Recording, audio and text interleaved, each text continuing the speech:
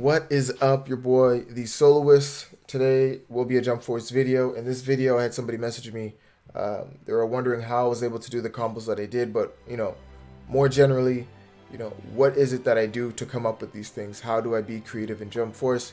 And so that inspired today's video, in which I'm going to share with you 5 Jump Force habits that'll make you better over time. All right. So starting in at number 5 or 1, depending on how you want to look at it. None no more important than the other is go to practice mode before you go online.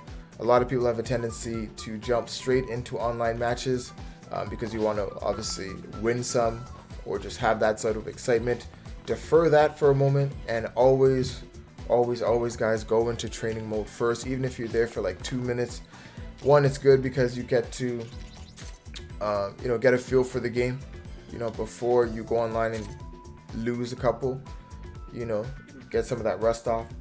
But also it's good just for your team, just for your mind to experiment and do that sort of deal. Number 2, we have select the same team. So for instance, I have the same team here, but just in a different order. That's just me. You don't need to do that. But one thing that I do is I select the same team or the team that you want to use, but also select the same team for the computer as well. We usually just go random. I know a lot of people that do that. I myself used to do that as well. Select the same team, whatever it is, and for yourself and for the CPU. The reason why you want to do that is because you want to practice against yourself. So there is an option in this game that will allow you to turn on the defender, or turn on the opponent, so to speak, to be an opponent, to have the ability to attack and just play like a CPU, right? And what happens is when you play against yourself, you get to see the weak points in your character's combos. And computers always escape stuff that you wouldn't normally escape, and so it shows you, ways to get out of things that you would not normally have known had you just played online, right? Because a lot of people get caught in it, or you just don't really take it in as much. Whereas the computers, they'll get it 100% of the time. So just to give you an idea of that, put the computer on. I can see I can grab there. Grab again, right? Usually they back up. Okay, there you go. And so that's a good example where if you miss a grab or somebody misses a grab, you can do the up combo right away, right?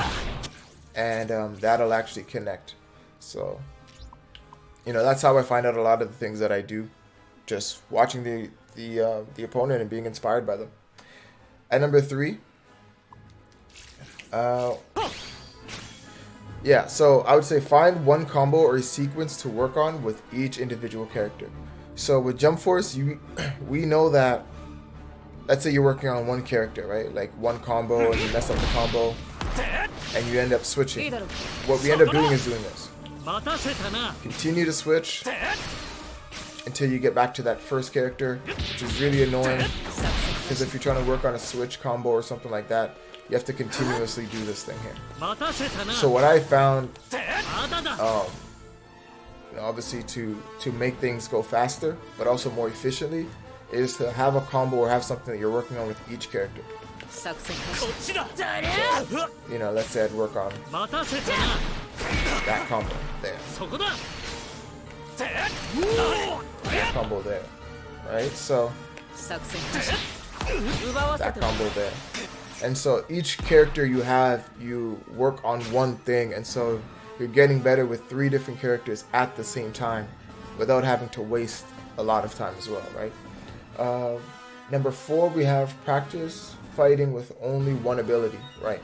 So what I do, and this is where people might think it's spam, what happens is when you just focus on one skill, instead of using all your abilities, all your moves, awakening, and doing all that crap, drop all that and just focus on using one move, right? Just the first shot, let's say, for him, or just the down turn. And when you're fighting the opponent, that's all you do. And the reason why you want to do that is because it'll force you to find all the scenarios in which doing that move or that ability makes the most sense, right? And it forces you to really think about it, right? So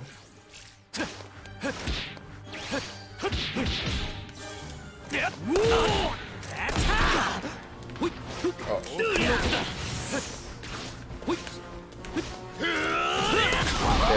right? So it works as a feint, as I just did, right? Like, it's like gets your mind going, makes you think about it. I think you guys get the point there. And at number 5, we have work on creative combos. And the reason why I say this is because obviously a lot of people just care about the meta, you know, awakening damage, how much you can do with that long combo if they don't sub out of it. And what happens is you very rarely get to do that unless you're like JoJo, where you just spam the hell out of the same shit. Anyway, that's another story.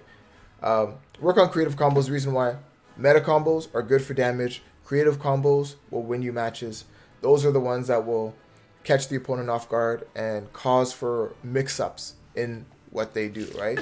So that is 5, and I'll actually give you one more bonus one. Know your guard combo. Know when they're guarding, the combo to do, right? So, and I'll actually switch characters here for a moment. Actually, you know what? I'm going to make another video for that. Scratch that. There's the 5. I gave you guys the 5. Sorry about that. Hopefully you guys enjoyed this video. If you're interested in that, the you know, the guarding combos, I will actually make this video tonight and I'll post it tomorrow. So check that out. TheSoloist, like, comment, subscribe, all that good stuff. See you guys in the next one. Peace.